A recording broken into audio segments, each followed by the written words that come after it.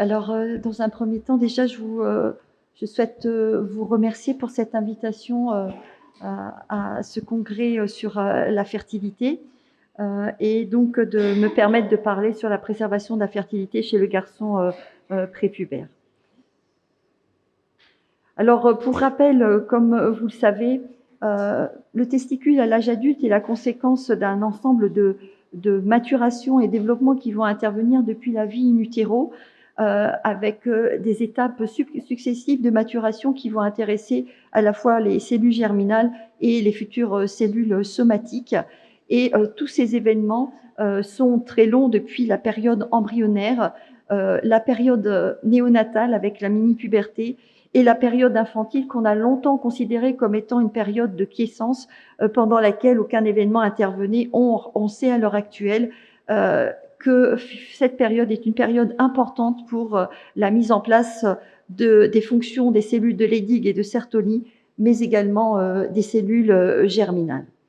Finalement, après la puberté, le testicule mature va ensuite, après un certain nombre d'années et après l'âge de 35 ans, subir un processus de sénescence, comme on peut l'observer au niveau de l'ovaire.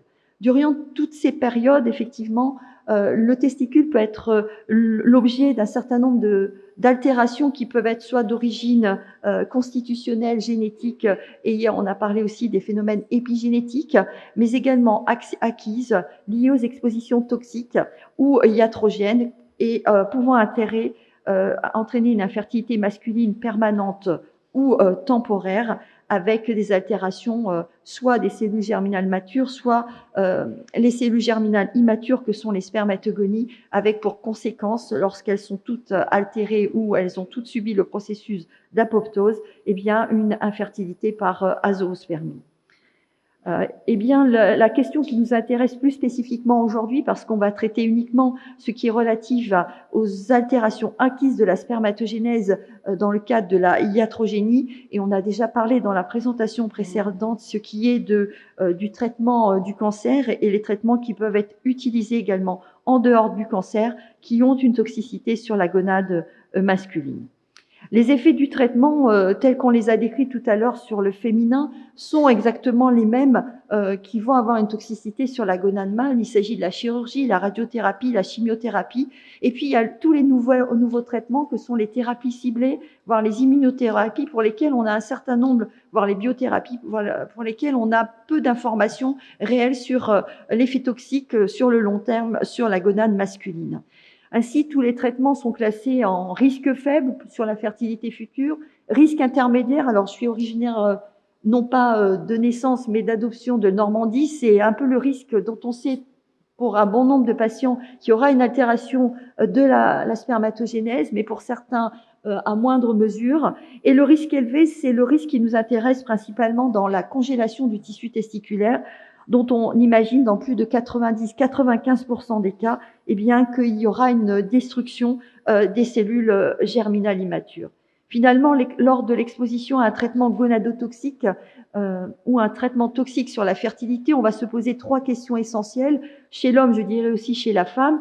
La gonadotoxicité, c'est le fait qu'après l'exposition, on a une destruction plus ou moins importante des spermatogonies souches. Et si elle est majeure et complète, il y aura une infertilité irréversible. La génotoxicité, c'est les altérations qui vont intervenir dans le génome, mais on parle aussi maintenant de l'épigénome, des cellules germinales, et qui pourront être transmises dans le spermatozoïde, et par conséquent, les toxicités sur le conceptus. Et les spermatozoïdes sont particulièrement sensibles à l'exposition aux molécules génotoxiques. Et comme pour l'ovocyte, on ne conserve pas de spermatozoïdes après une exposition à des molécules génotoxiques parce qu'on sait que ça aura un impact sur la santé de l'enfant. Et puis la tératogénicité, c'est la toxicité sur le conceptus exposé pendant la grossesse. Alors, un exemple caractéristique, c'est l'homme qui a un traitement par chimiothérapie. On a une contraception à mettre en place efficace chez la conjointe et par préservatif pour éviter que, si elle est enceinte, ce qui arrive de temps en temps, elle soit exposée à ces molécules. Alors, la préservation de la fertilité, c'est l'enfant, l'adolescent, l'adulte jeune, hein, c'est dans tous les tranches d'âge. Et le gros pourvoyeur des indications de préservation de la fertilité, c'est le cancer, et c'est le traitement qui est responsable de cette risque d'infertilité. Et en dehors du champ du cancer, c'est à la fois le traitement et la maladie. Alors, j'ai bien aimé la présentation de votre texte de loi qui est relatif à la préservation de la fertilité. Eh bien, vous voyez que notre loi en France, qui est la loi sur la bioéthique, reprend presque mot pour mot les mêmes termes avec des petits ajustements relatifs à votre propre législation.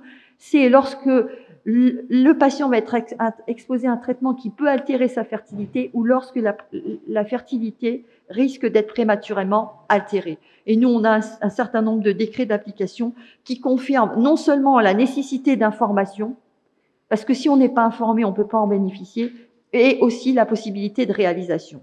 Sur cette diapositive, toutes les techniques de préservation de la fertilité masculine, alors on va dire chez l'homme c'est simple, s'il est pubère, on conserve ses spermatozoïdes. Malheureusement, il y a encore bon nombre d'hommes qui ne sont pas adressés pour conservation de spermatozoïdes avant un traitement par chimiothérapie, radiothérapie. Et même en France, si on développe cela depuis les années 70, 1970-73.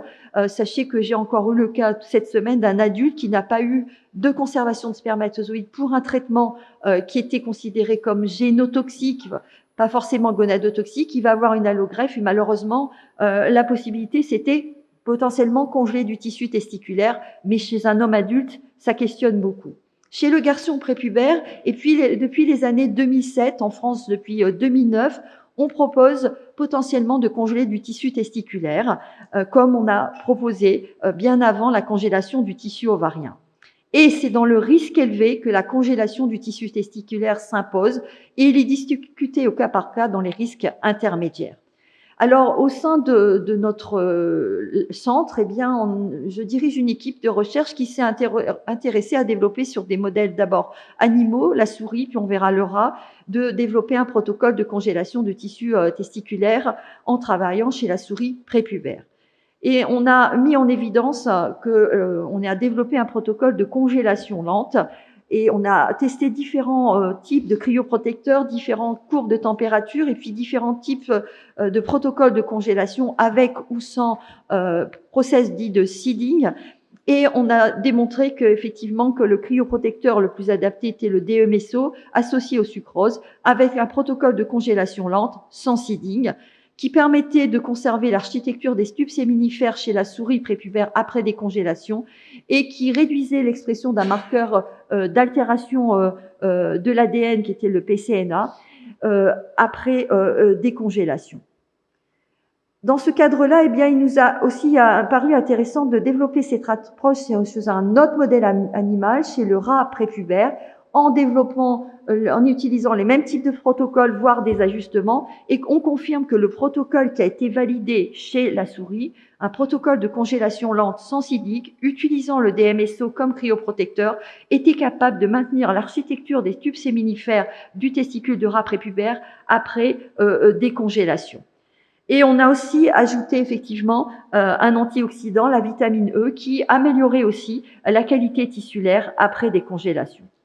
À partir de ce moment-là, eh bien, on s'est intéressé à mettre en place un protocole national de recherche clinique français pour proposer ce protocole chez le garçon prépubère. L'indication était chez les garçons prépubères avant allogreffe ou autogreffe de cellules souches hématopoïétiques qui correspond au risque élevé d'altération de la fertilité dans cette tranche d'âge. Et donc, dans cette population, les pathologies principalement rencontrées étaient les pathologies hématologiques malignes, puisque notre protocole était d'abord dans le champ du cancer, principalement les leucémies, les tumeurs cérébrales et aussi les lymphomes.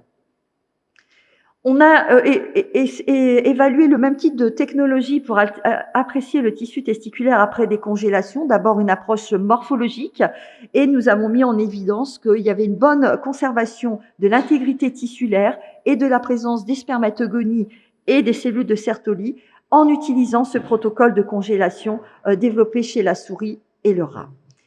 Eh bien, au niveau national, vous voyez que l'activité de congélation de tissu testiculaire prépubère, de garçons prépubères, voire de jeunes adolescents, représente environ 140 patients par an et environ 1300 patients qui en ont bénéficié en fin d'année 2021. Et il y a 13 centres en France qui pratiquent cette activité, ce qui veut dire que cela n'est pas accessible à tous les enfants et tous les garçons prépubères en France à l'heure actuelle, même si c'est recommandé dans certains guidelines, dans un certain nombre de guidelines. Ici, vous voyez j'ai repris certaines données qu'on avait au sein de la Fédération française des sécos, où vous voyez que effectivement, ce sont les leucémies qui, par leur traitement dans le cadre de l'allogreffe, sont fort pourvoyeurs de ce type d'indication. Alors, chez les patients qui bénéficient de cette préservation de la fertilité dans les indications qui ont été proposées en France et ailleurs, eh bien, la majorité de nos patients ont déjà reçu un traitement par chimiothérapie faiblement gonadotoxique ou à toxicité intermédiaire. Et dans notre équipe, on s'intéresse à évaluer l'impact de ces traitements sur les cellules germinales souches, voire chez les hommes adultes, sur les spermatozoïdes. Et on met bien en évidence dans notre étude que le fait d'avoir exposé à des agents alkinants, même à faible dose, peut altérer le nombre de spermatogonies dans ces cellules. Et on a mis en évidence que l'association, par exemple, avec une molécule qui est considérée peu gonadotoxique comme la vincristine, peut augmenter le nombre de spermatogonies altérées. Alors, on a confirmé ces résultats également sur notre modèle murin de souris exposée aux agents de chimiothérapie. On analyse le tissu testiculaire après exposition et on évalue la descendance à l'âge adulte. Donc, l'effet potentiellement toxique de la vincristine associé à la cyclophosphamide. Quelles sont les modalités d'utilisation du tissu testiculaire prépubère envisagées? À ce stade, c'est uniquement sur les modèles animaux et dans le cadre de la recherche en in vitro, soit par autogreffe ou transplantation de cellules germinales, soit par spermatogénèse in vitro. Et nous avons développé dans notre laboratoire les deux types d'approches, la culture in vitro et les allogreffes chez la souris prépubère à partir de testicules prépubères de souris. Pour le modèle de culture organotypique utilisé, ça reprend des données très en chaîne qui ont été à un moment donné abandonnées parce que effectivement on montait toutes les insuffisances du dispositif de culture in vitro dans le système qui était proposé à l'époque en interphase gaz-liquide, avec un arrêt en cours de méiose et ensuite au bout de 10 jours de culture une altération du dispositif. Donc, nous avons développé une culture organotypique autre qui est 3D en utilisant des cultures sur gel d'agarose suite aux données de la littérature rapportées effectivement par l'équipe, je vais aller un peu plus vite, par l'équipe de Sato qui en 2011 rapporte la première production d'une spermatogénèse complète in vitro à partir de testicules prépubères et aussi l'obtention à partir de ces spermatozoïdes d'une descendante viable et fertile. En revanche, Sato met en évidence effectivement qu'il obtient peu de spermatozoïdes et qu'il est obligé d'utiliser les spermatidrondes pour pouvoir obtenir cette descendance viable chez la souris. D'autres équipes européennes ont utilisé un autre système de culture 3D de cellules testiculaires et ont pu obtenir des spermatozoïdes, mais aucune autre équipe n'a jamais reproduit ces premiers résultats. Eh bien, nous avons adapté notre système de culture en utilisant la culture sur gel d'agarose et on a pu obtenir une amélioration du rendement de la spermatogénèse in vitro en additionnant dans le milieu de culture le rétinol, qui est un facteur qui permet l'entrée en méiose et la différenciation des spermatocytes en spermatides. Et on est arrivé effectivement à produire in vitro une spermatogénèse complète avec un rendement plus important que celui qui était rapporté par l'équipe de Sato et avec des spermatozoïdes qui sont capables d'initier leur mobilité après stimulation par la pentoxyphiline. Et donc, une amélioration de cette mobilité lorsqu'on supplémente les cultures par le rétinol. Et voici les spermatozoïdes, c'est certains qui ont été générés in vitro et on reproduit systématiquement depuis les années 2011 ce système de culture en améliorant. On a démontré aussi que on reproduisait les processus physiologiques de la spermatogénèse avec une bonne mise en place de la barrière hématotesticulaire, sauf pour un seul des marqueurs de cette barrière qui est la claudine 3, pour lequel on a un défaut d'expression et pour lequel on essaie d'améliorer en supplémentant différemment nos milieux de culture dans ce cadre. On a mis en évidence que certains marqueurs épigénétiques, à la fois au niveau des cellules germinales immatures et des cellules germinales matures, étaient très proches de la spermatogénèse obtenue in vivo, ce qui nous encourageait à continuer effectivement dans notre projet. Et puis, par analyse de transcriptomique, on met en évidence que finalement, notre modèle de culture in vitro reproduit les étapes de la spermatogénèse en termes d'expression de gènes comparables à la spermatogénèse in vivo. Donc, in fine, ce processus de spermatogénèse in vitro permet d'obtenir des spermatozoïdes mobiles avec une qualité nucléaire qui est comparable à ceux qui sont générés in vivo. Et on a mis en place des techniques de fécondation in vitro par micro-injection où on obtient effectivement une génétique de développement embryonnaire qui est comparable entre les embryons générés avec des spermatozoïdes in vivo et ceux générés in vitro, et des marqueurs épigénétiques qui sont très comparables entre ces deux types de procréation, spermatozoïdes obtenus in vitro et obtenus in vivo. Et Sato a confirmé l'obtention d'une descendante viable et d'apparence normalement fertile. Il y a une grande question qui nous interroge, c'est la stabilité de la culture sur le long terme des spermatogonies souches, car elles peuvent, au cours des divisions, avoir une certaine instabilité générée soit des aneuploïdies, soit d'autres modifications chromosomiques, et ça, c'est quelque chose qu'on souhaite vérifier dans le futur. Et on a aussi montré qu'on était capable, en exposant des souris prépubères au protocole de chimiothérapie, certaines molécules utilisées dans le cadre des leucémies, prélever les testicules et obtenir, après maturation in vitro, des spermatozoïdes dont la qualité nucléaire est très proche de ceux générés in vivo, sans exposition préalable aux chimiothérapies, mais quand même avec des petites nuances à apporter sur ce système. Et chez le rat prépubère, eh bien, certaines équipes ont pu rapporter à obtenir des spermatides rondes. Nous avons obtenu des spermatocytes 1 et puis plus récemment des spermatides rondes et allongés, mais en adaptant le système de culture au modèle rat par rapport au modèle souris, et avec une expression des gènes dans ce modèle in vitro chez le rat qui met en évidence des modifications du processus méiotique et de certaines voies qui sont dérégulées comme celle de l'inflammation et de la stéroïdogénèse. Et là, on travaille sur justement comment améliorer et cibler les voies de l'inflammation et de la stéroïdogénèse pour augmenter le rendement in vitro chez le rat comme chez la souris. En France, une équipe a rapporté il y a plusieurs années une spermatogénèse complète chez le rat avec quelques spermatozoïdes qui ont été photographiés dans la publication, et jusqu'à ce jour, ils n'ont pas répété le résultat. Alors, d'autres approches chez le porc, par exemple, ont été développées par l'équipe de Christine Wins à Louvain, en n'obtenant pas, effectivement, des spermatides, voire des spermatozoïdes. Voilà. Et chez l'homme, les étapes sont partielles et on obtient des spermatogonies en survie, voire des spermatocytes. Et une seule publication rapporte quelques spermatides, c'est l'équipe de Christine Wins. Mais à ce jour, personne n'a pu répéter ces résultats. Et je pense qu'il est peut-être un peu juste encore de pouvoir utiliser les modèles chez la souris par rapport au modèle humain. Et là, sur un modèle bélier en culture 2D, on a pu obtenir des spermatozoïdes dans une équipe chinoise.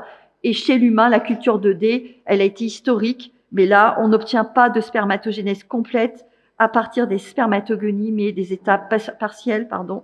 Oh, j'arrive plus à passer de la spermatogénèse. Alors, la spermatogénèse in vitro, elle doit être améliorée. Vous voyez ici, c'est une sorte de labyrinthe. Malheureusement, il y a des progrès encore à effectuer, mais fort heureusement, ça nous a permis de remettre en avant la spermatogénèse et les études physiopathologiques qui avaient été abandonnées dans le cadre de l'ICSI.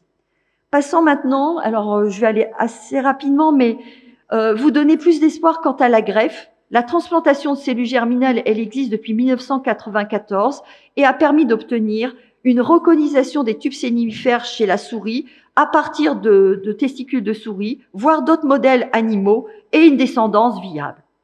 Donc, ce n'est pas d'aujourd'hui. En revanche, dès qu'on s'éloigne de la souris et qu'on va aller vers d'autres espèces phylogénétiquement différentes, et là, on reproduit que des étapes partielles, voire une survie des spermatogonies. Et une seule publication, enfin pas de publication, avait rapporté des essais de transplantation de cellules germinales dans les testicules d'hommes qui ont réconservé leur tissu testiculaire avant la puberté ou à l'adolescence.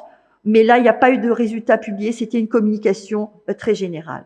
La xénogreffe ou l'autogreffe donne des résultats plus intéressants avec obtention de spermatozoïdes. Et là encore, plus on est phylogénétiquement distant de la souris, moins on peut avoir une production de spermatozoïdes, voire une dégénérescence des tubes séminifères. Dans les modèles de greffe de primates non humains aux primates non humains, il y a des données qui apparaissent intéressantes au départ et qui s'améliorent au fur et à mesure des publications. Et nous, on a pu obtenir une spermatogénèse complète en greffant du testicule de souris prépubère frais ou congelé avec le protocole utilisé dans l'espèce humaine sur 2 modèles de souris immunodéficientes avec ici, vous voyez sur le tissu testiculaire, des têtes de spermatides allongées. Et quand vous regardez les modèles de xénogreffe en utilisant effectivement la souris et du tissu testiculaire de primates non humains, vous voyez qu'on peut, dans certains modèles et dans certaines greffes, aboutir à une production de spermatozoïdes.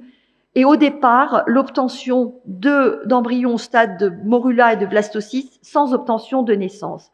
Il faut attendre les années près de 2020 pour que l'équipe de Kyle Horvick reproduise le processus complet effectivement qui est proposé chez le garçon prépubère, à savoir là un primate non humain, un singe, qui va être prélevé des testicules, une partie des testicules, mais là ils ont prélevé l'entièreté des testicules, ensuite exposé à un traitement chimiothérapique hautement gonadotoxique, et ensuite regreffé soit du testicule frais, soit du testicule effectivement qui a été congelé à distance de l'exposition. Ils ont pu obtenir des spermatozoïdes à partir de ces fragments qui ont été greffés, et plutôt des fragments obtenus en hétérotopique et non pas en orthotopique, obtenir des embryons et bien sûr obtenir ce petit singe qui s'appelle Grady, qui est une petite fille qui a maintenant plus de 3 ans, 4 ans et qui va a priori très bien. Donc ça donne des espoirs effectivement pour les utilisations dans l'espèce humaine qui n'ont pas encore lieu à ma connaissance. Et quand on utilise le modèle de souris comme xénogreffe de tissu testiculaire humain, eh bien, on se retrouve dans les mêmes limitations où on a peut-être une maintenance des spermatogonies, voire une dégénérescence des tubes séminifères, quel que soit l'âge du testicule prélevé et greffé chez cette souris. Donc finalement, synthèse, la maturation in vitro ou après xénotransplantation, je dirais non envisageable actuellement dans l'espèce humaine. L'autotransplantation de spermatogonies congelées nécessite de s'assurer qu'il n'y a pas de cellules tumorales. Or, les leucémies ont une forte localisation et tropisme testiculaire. Il faut encore définir le nombre de cellules qu'il faudra injecter et préserver les cellules dans le tissu jusqu'au moment de la transplantation. Pour l'autogreffe, c'est peut-être uniquement pour les cancers avec un très faible risque de localisation testiculaire, peut-être bien sûr détecter les cellules tumorales avant la greffe comme dans le tissu ovarien et préserver le tissu dans les bonnes conditions jusqu'au moment de la greffe, à savoir pendant 5, 10, 15, mais plutôt 20 ou 30 ans, parce qu'on prélève, moi le plus jeune patient prélevé avait moins d'1 mois dans certaines conditions. Suivi des patients après la congélation du tissu testiculaire est absolument indispensable, à la fois sur la fertilité, la fonction endocrine et la sexualité. Tout au moins, quand on pose cette question, est-ce qu'il faut préserver, il faut au moins informer les patients, mais c'est pas une garantie que l'utilisation sera possible et puisse aboutir à une grossesse et une naissance. Vous parlez de vos référentiels. En France, on a un référentiel qui est accessible en ligne sur la préservation de la fertilité et de le cancer, avec une participation aussi de Catherine Poirot dans ce cadre-là. Et je pense que c'est important que les référentiels évoluent au cours du temps pour s'adapter. Et je remercie bien sûr à la fois mon équipe de l'hôpital et les membres de l'équipe de recherche qui contribuent largement à ce travail de fourmi depuis un certain nombre d'années. Je vous remercie encore pour votre invitation.